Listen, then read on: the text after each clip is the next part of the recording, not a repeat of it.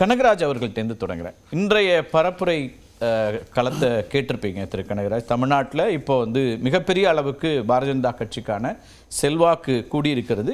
டெல்லியில் குளிர்சாதன அறையில் அமர்ந்திருக்கிறவர்களும் கூட இதை உணர்ந்து கொள்வார்கள் என்று அப்படிங்கிற ஒரு கருத்தோடும் தொடங்கியிருக்கிறார். நிறைய விமர்சனங்களையும் முன்வைத்திருக்கிறார். அதாவது ஆஃபீஸை விட்டு இறங்கும்போது அந்த ரோடு முழுவதும் தண்ணி, கால் நனைஞ்சிருச்சு. அப்புறம் ஏறின பிறகு தான் என்னன்னு கேட்டால் மழையும் பெய்யலை, வேறு எந்த குழாயும் உடையலை, அது முதலை கண்ணீர் அப்படின்னு சொன்னாங்க. ஒரு மனுஷன் ஒரு 40 பேர்கிட்ட இறந்து போயிருக்காங்க.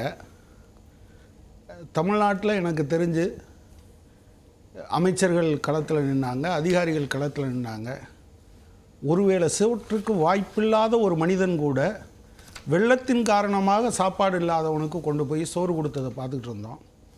அந்த காலத்தை பற்றி ஒரு வார்த்தையும் பேசாத ஒரு மனிதர், தேசிய பேரிடர் கூட்டணியினுடைய நேஷனல் டிசாஸ்டர் அலையன்ஸினுடைய தலைவராக இருக்கக்கூடிய மோடி இன்றைக்கி தமிழ்நாடு அரசாங்கம் ஒன்றுமே செய்யவில்லை என்று பேசுகிறார் என்றால், அந்த அவர் வடித்த கண்ணீர் தான் இதுவரை வந்திருக்கு. அது முதலை கண்ணீர். அது ஒரு நயா பைசாவுக்கு பிரயோஜனப்படாது என்பதை முதல்ல நான் சொல்ல விரும்புகிறேன்.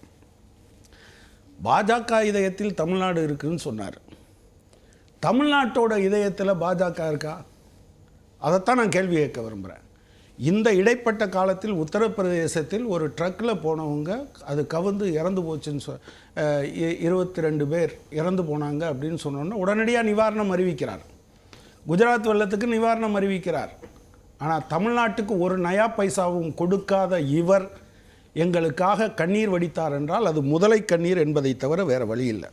தமிழ்நாட்டுக்கும் எனக்குமான உறவு என்பது மிகவும் பழமையானது அப்படின்னு சொல்லிட்டு இங்கே மக்கள் எங்களுக்கு அளிக்கக்கூடிய ஆதரவு சிலருக்கு வயிற்றில் புளியை கரைக்குதுன்னு ஒரு பொலிட்டிக்கல் ஸ்டேட்மெண்ட் விமர்சனம் வச்சுருக்காரு. கூடவே என்ன செஞ்சோன்னு சொல்லும்போது சென்னை மெட்ரோ, சென்னை விமான நிலையம் மாதிரியான பெரிய திட்டங்களை கொடுத்துருக்குறோம், 1000 கோடி ரூபாய் மதிப்பில் நகர்ப்புற மேம்பாட்டு திட்டங்களை சென்னைக்கு கொடுத்துருக்கோன்னு சொல்கிறார்.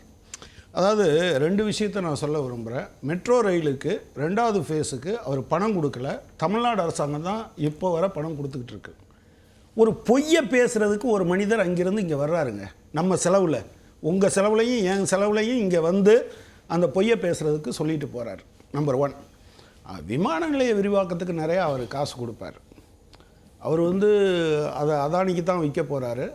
6 ஏர்போர்ட்டை ஏற்கனவே அதானிக்கு தான் விற்றார். அதை கொடுக்கறதுக்காக, தன்னுடைய நண்பருக்கு கொடுக்கறதுக்காக அதில் பண்ணியிருக்காருங்கிறத தவிர வேறு ஒன்றும் இல்லை. நான் கேட்குறது சிம்பிளாக, நான் அழும்போது, நான் பசியோடு இருக்கிற போது, என் வீடு மழையில் இடிந்தபோது, என் வீடு மழையில் முழுவதுமாக மூழ்கி போன போது, என்னுடைய ஆடு மாடுகள் அழிந்து போன போது ஒரு வார்த்தை பேசுவதற்கு அவருக்கு நாக்கு வரல. எனவே அவர் பேசுகிறது எதையும் நான் கேட்குறதுக்கு தயாராக இல்லை. அவர் என்ன, அதான் நான் சொல்லிட்டேன், அவர் பரம்பரை ஆட்சின்னு சொன்னார்னா அதுக்கு சரியான சிம்பல் ராமர் தான். அதுக்கு மேலே எதையும் நான் சொல்கிறதில்ல.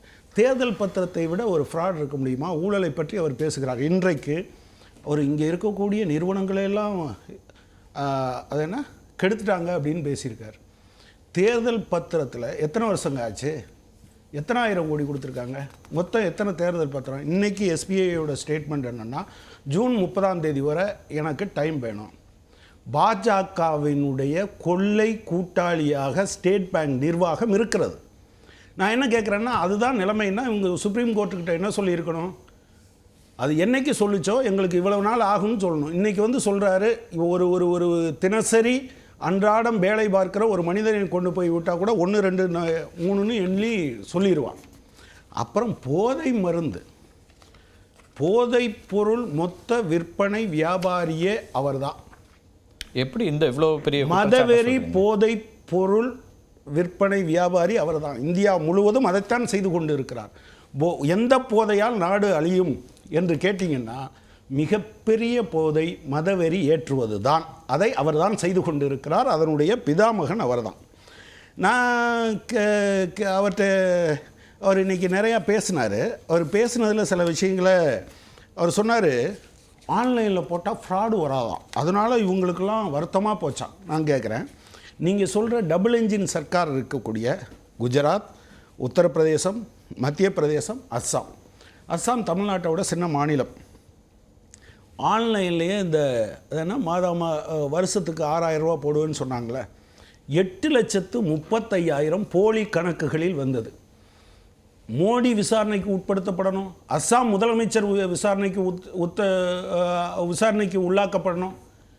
இவங்க இதெல்லாம் பண்ண மாட்டாங்க. அதாவது குஜராத்தில் 2,36,000 பேருக்கு, உத்தரப்பிரதேசத்தில் 2,65,000 பேருக்கு, மத்திய பிரதேசத்தில் 2,51,000 பேருக்கு, அஸ்ஸாமில் 8,35,000 பேருக்கு, மொத்தம் இந்தியா முழுவதும் 42 லட்சம் பேருக்கு நான் ஆன்லைனில் பண்ணால் யோக்கியமாக பண்ணுறேன்னு சொல்லிட்டு 3,000 கோடியை என்னுடைய வரிப்பணத்தை தன்னுடைய கூட்டாளிகளுக்கு தெரிந்தே டபுள் என்ஜின் சர்க்கார் என்று வைத்துக்கொண்டு கொடுத்தவர் அவர். அதை எப்படி நீங்கள் நான் என்ன கேட்குறேன், ஒரே ஒரு பேங்க் அக்கௌண்ட்டில் 7,5 லட்சம் பேருக்கு ஆயுஷ்மான் பாரத் நோயாளிகளுக்கு கொடுத்த பணத்தை திருடியது யார்? இதை நான் சொல்லலை, சிஏஜி கேட்குது. இன்றைக்கி வர அந்த குற்றவாளியை எங்கே கொண்டு வந்து வச்சுருக்கீங்க நீங்கள்? அவர் சொல்கிறாரு, நாடு தான் எனது குடும்பம். ஆமாம், அப்போ குடும்ப சொத்து இவரோட சொத்து, இவர் சொத்து இவர் ஃப்ரெண்டோட சொத்து.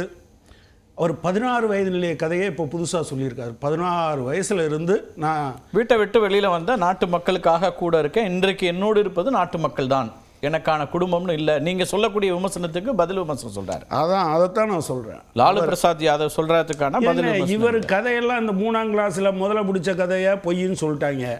அடுத்து இவர் நான் ரயில்வே ஸ்டேஷனில் டிவி கதையை சொல்லிட்டாங்க. உங்கள் வயசை தாண்டி அதுக்கு பின்னால் தாங்க ரயில்வே ஸ்டேஷனே அந்த ஊரில் வந்ததுன்னு சொல்லிட்டாங்க.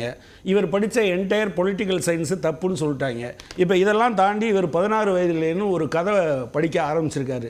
இந்த கதையெல்லாம் உண்மையில் என்னென்னா, அவர் ரொம்ப தைரியமாக பேசுகிறது மாதிரி பேசினா கூட எல்லா குற்றச்சாட்டுகளுக்கும் பதில் சொல்ல வேண்டிய நிலையில் அவர் இருக்கிறார்.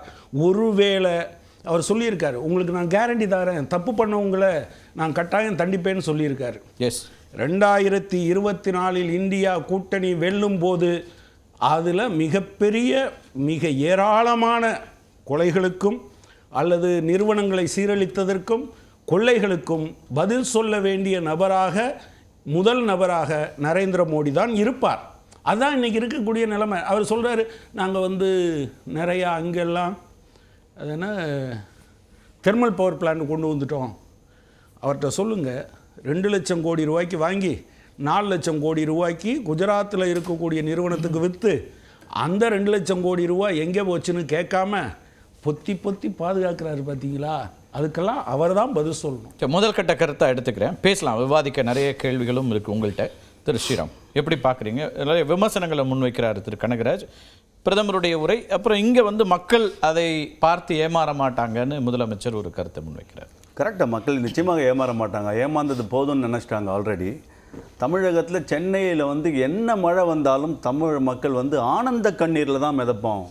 இந்த மாதிரி கெனால் கால்வாயிலெல்லாம் என்றைக்கும் தண்ணி நிற்காது, மக்கள் மிதந்தால் வெறும் ஆனந்த கண்ணீரில் மிதப்போம்னு சொன்னவங்க எப்படி மக்கள் மிதந்தாங்கன்னு அவங்களுக்கே தெரியும். மக்கள் அதில் என்ன மாதிரியான கோபத்தில் இருக்காங்கன்னு மக்களுக்கு தெரியும். ஸோ அதனால் அந்த கேள்விக்கெல்லாம் யார் இந்த கூற்றை சொல்கிறாங்களோ அவங்க தான் இதுக்கெல்லாம் பதில் சொல்லணும்.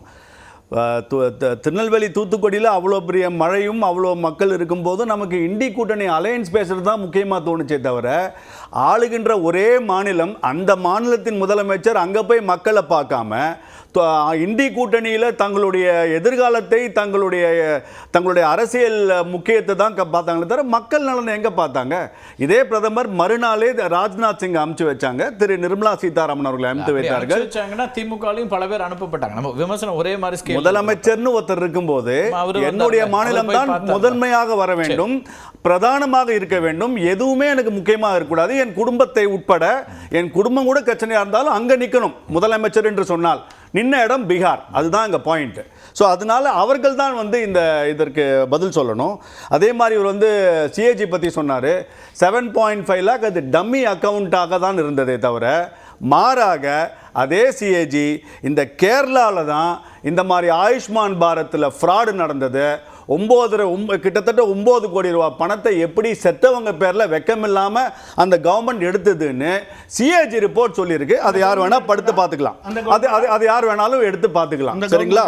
அதனால இந்த பழைய டயலாகை வந்து திருப்பி திருப்பி பேசுவதனால எந்த ஒரு இதுவும் மக்கள் எதிர்ப்பும் இல்லைங்க. இன்னைக்கு கூட்டத்தை பார்த்தீங்க.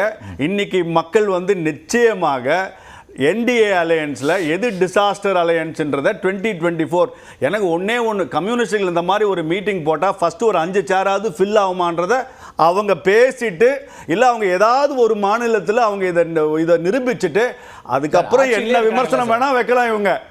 அதனால அது வந்து ஒரு பெரிய கட்சி பேசணும். அது பெரிய கட்சி பாரதிய ஜனதா இங்க வளராது, இங்க நிக்காது, போகாதுன்னு பேசலாமே தவிர ஒரு 5 ரோ ஃப்ரண்ட்ல கூட்டம் சேருமான்றது தெரியாத கட்சிகள்லாம் இது பாஜகவை பத்தி பேசுவது பேசிக்கொண்டு போகணும். அது ஒன்றும் பிரச்சனை இல்லை. வளர்ச்சி எது முக்கியன்றதை பேசினாரு. தமிழ்நாடுக்கு இன்னைக்கு வந்ததுக்கும் 500 மெகாவாட் எலக்ட்ரிசிட்டி கல்பாக்கத்தில் லான்ச் பண்ணிட்டு தான் போனார். 3 வாரம் முன்னாடி வந்தபோது 17,000 கோடிக்கு வந்திருக்கு.